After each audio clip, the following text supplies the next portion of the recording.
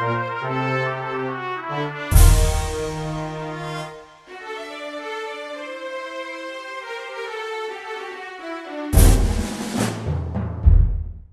with Mario lore, I'm also deeply invested in the worlds of other media.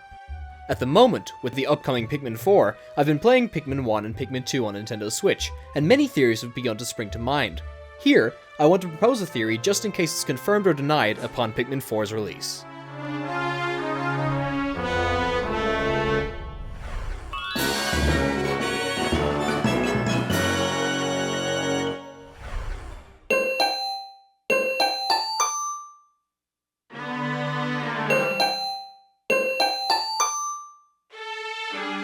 In Pikmin 1, Olimar crashes on what we know as Earth, seemingly after the extinction of humans.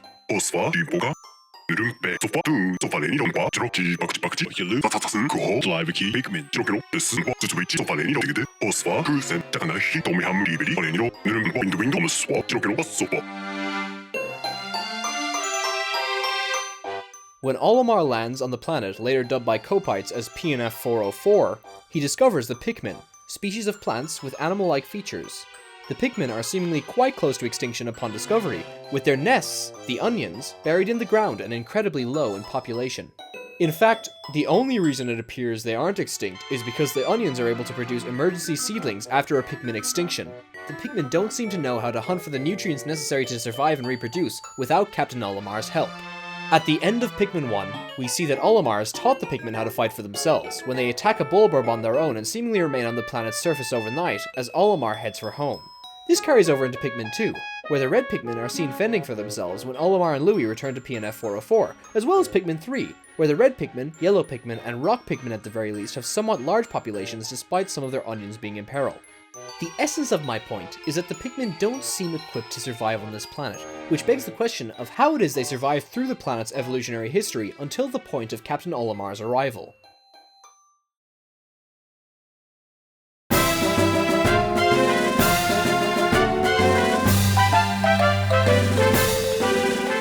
The Pikmin certainly have some peculiarities. They're described as having both plant and animal features by explorers in various games.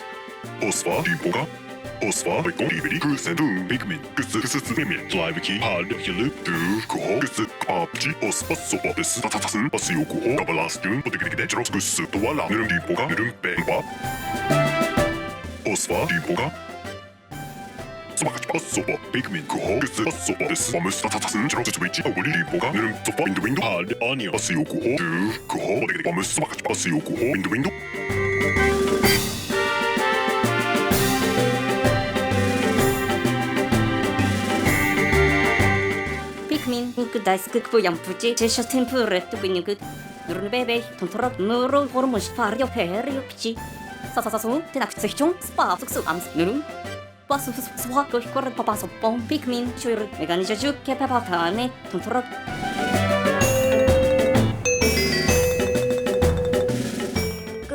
fa Pikmin potisturu bear yuva Pikmin nagu host yuguens be uri hamuru toro Potish bear hessen ana grun churu taimanai toro ana gos kale to hessen kushu ana yuguens. Olimar even mentions that it's almost like the Pikmin were waiting for the brain of an alien leader of some sort to lead them, like they knew following Olimar would help them survive.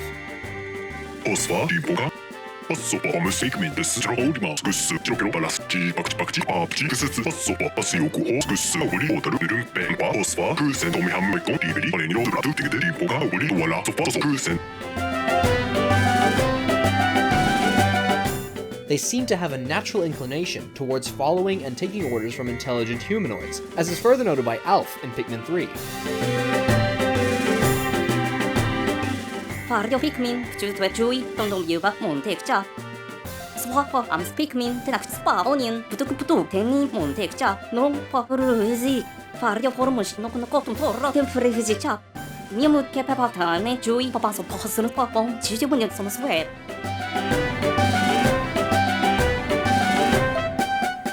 That's not to mention some other oddities, such as the natural cap of 100 Pikmin being active within a given radius of an area, or the fact that in order to reproduce, Pikmin require being plucked from a sprout after being planted.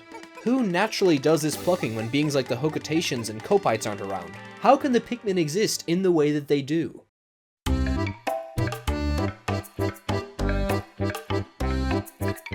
There's also an odd, seemingly intentional way for the Pikmin to reproduce. That is, using the easily accessible, crystallized nectar of Pellet posies, which develop quickly and pull all the necessary nutrients from the ground. They even produce pellets with colors matching each Pikmin type in a region, and literal numbers on them, indicating how many Pikmin are required to carry them. It's clear there's a deeper connection here.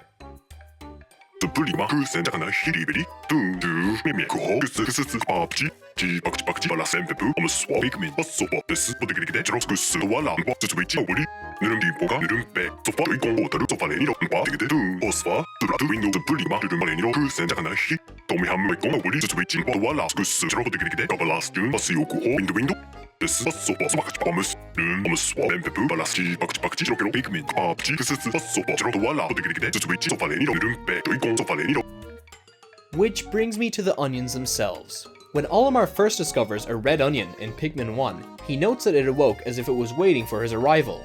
He questions what it is, whether or not it's alive, and then whether or not it's a machine.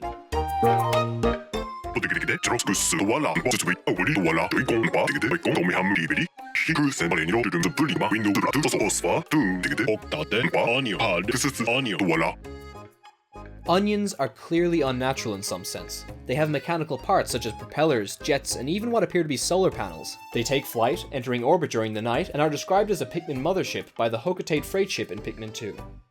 They also have a unique pattern, which also appears on the wrists of Mamutas, who themselves have a clear connection to planting and growing Pikmin. No, these couldn't have simply evolved on their own. There's clear intention here. Someone made the onions. Someone made the Pellet posies. Someone made the Mamutas. Someone made the Pikmin. But who? Well, I believe the answer lies in quite an unexpected place. Pikmin Bloom. Pikmin Bloom is an augmented reality game in which you play as a human who wears a device called a planter pack on their back. Planter packs are backpacks which function as propagators for Pikmin seedlings, allowing humans to grow and pluck a squad of Pikmin. Once plucked, the Pikmin follow the humans, while the humans send Pikmin out on expeditions to collect objects such as fruit or more Pikmin seedlings. Nectar from the fruit is used to feed the Pikmin and help their flowers grow, before the humans harvest their petals to cultivate a quote-unquote flower-filled world. It's clear that at this time, Pikmin coexist and have a vital mutualistic, or at the very least commensalistic relationship with humans. I believe the planter packs which humans wear in Pikmin Bloom are precursors to the onions, with the Pikmin seedlings grown within featuring similar patterns to those on the onions, as well as an unlockable planter pack strongly resembling the onion from Pikmin 3. I think humans engineered the Pikmin and their relatives. Pikmin were made to help spread seeds and flowers, with onions being made to convert nectar into more Pikmin. Candy pop buds were made to help Pikmin adapt to their environment, and pellet posies were made to convert nutrients from the ground into solid nectar for Pikmin to collect and reproduce with. This would explain how the Pikmin survived, why there's a cap of 100 in each area, why the onions have mechanical elements, why the pellets have human numbers on them, and why the Pikmin themselves have a natural tendency to follow and take commands from the captains. As for the Mamuta, they would have been made to cultivate Pikmin, explaining the aforementioned patterns on their wrists and their instinct to plant Pikmin. They're described as feeding on seeds and fruit, which contain nectar. This could explain how they can instantly convert leaf Pikmin and bud Pikmin into flower Pikmin with an open-handed smack, somehow transferring the nectar from their diet into the Pikmin.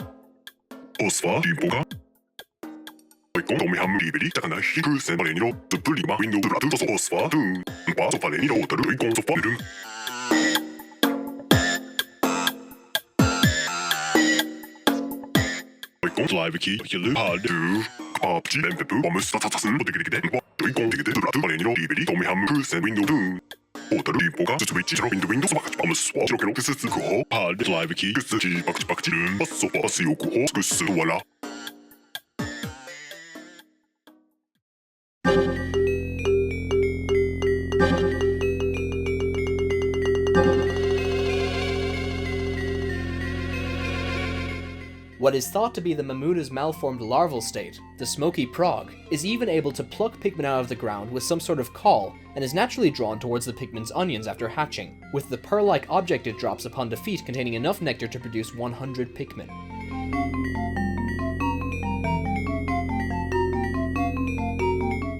Furthermore, there's a clear precedent for biomechanical experimentation by higher beings in the Pikmin world, most notably with the Gatling Groink and Man-at Legs, beings ostensibly engineered to be used as weapons, albeit with Olimar perhaps not quite picking up on that fact when making his observations.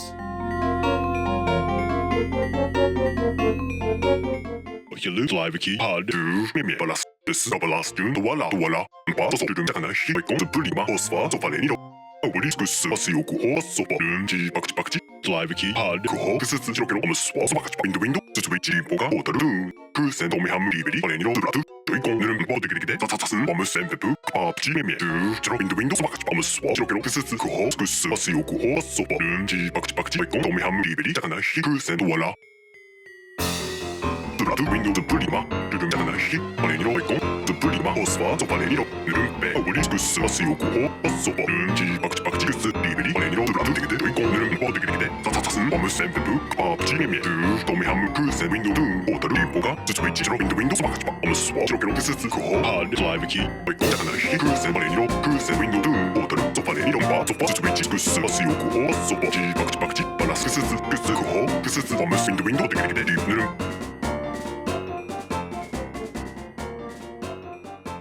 But why would humans do all of this?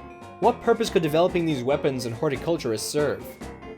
Well, while details are scarce, it's clear that something happened to the planet that changed it dramatically from the Earth we know. The natural cycles of the planet's surface, such as the plate tectonics and evolution, have accelerated, with the tectonic plates even shifting so much by the time of Pikmin 3 that the Pangaea Proximus supercontinent, which shouldn't occur for another 200 million years, seemingly formed in the span of just a few.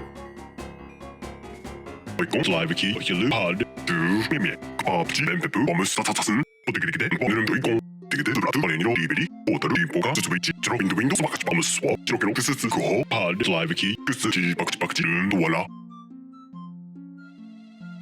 Sopa, Sioku, Balas, Balas, Ratu, window, the Prima, Takanashi, Palenio, the Prima, Osfa, Sofalenio, Obeliscus, Sioku, Sopa, Pakchi, Liberi, Palenio, Ratu, Doikon, Bodig, Tomiham, Percent, window, Pakchi, voila.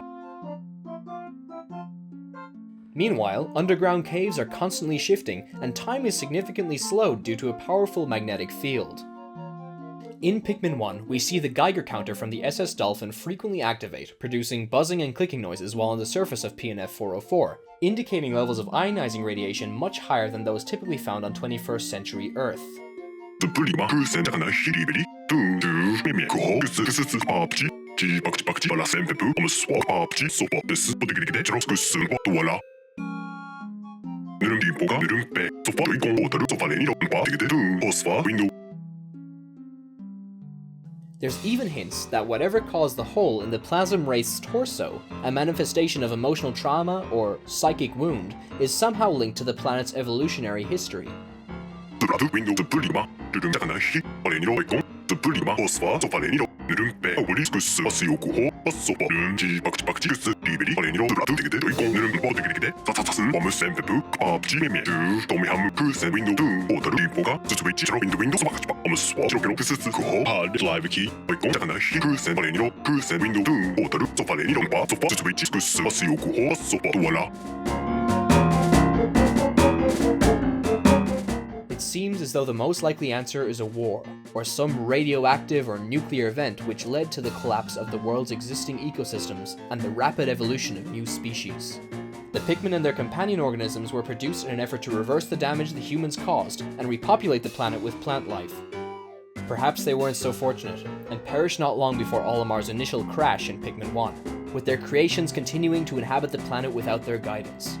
Or, considering human presence seems clearer than ever in Pikmin 4, perhaps they succeeded, and the humans live on in this strange new version of Earth just off screen. Maybe even both happened, with Pikmin 4 being the first game set in a new human-populated timeline. In any case, with the game just around the corner, I don't think it'll be long before we find out the real answer. I'd like to give a special thank you to Lady Sophie for looking over the script and providing some additional points which really solidified this theory. Her help was invaluable. I've linked her Twitter account and Tumblr blog in the description, so please check them out. Thanks for watching, and I'll see you guys later!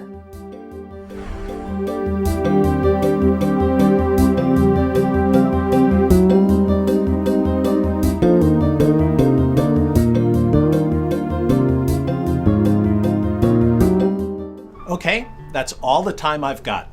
I gotta get back to playing Pikmin 2 on my Nintendo Switch.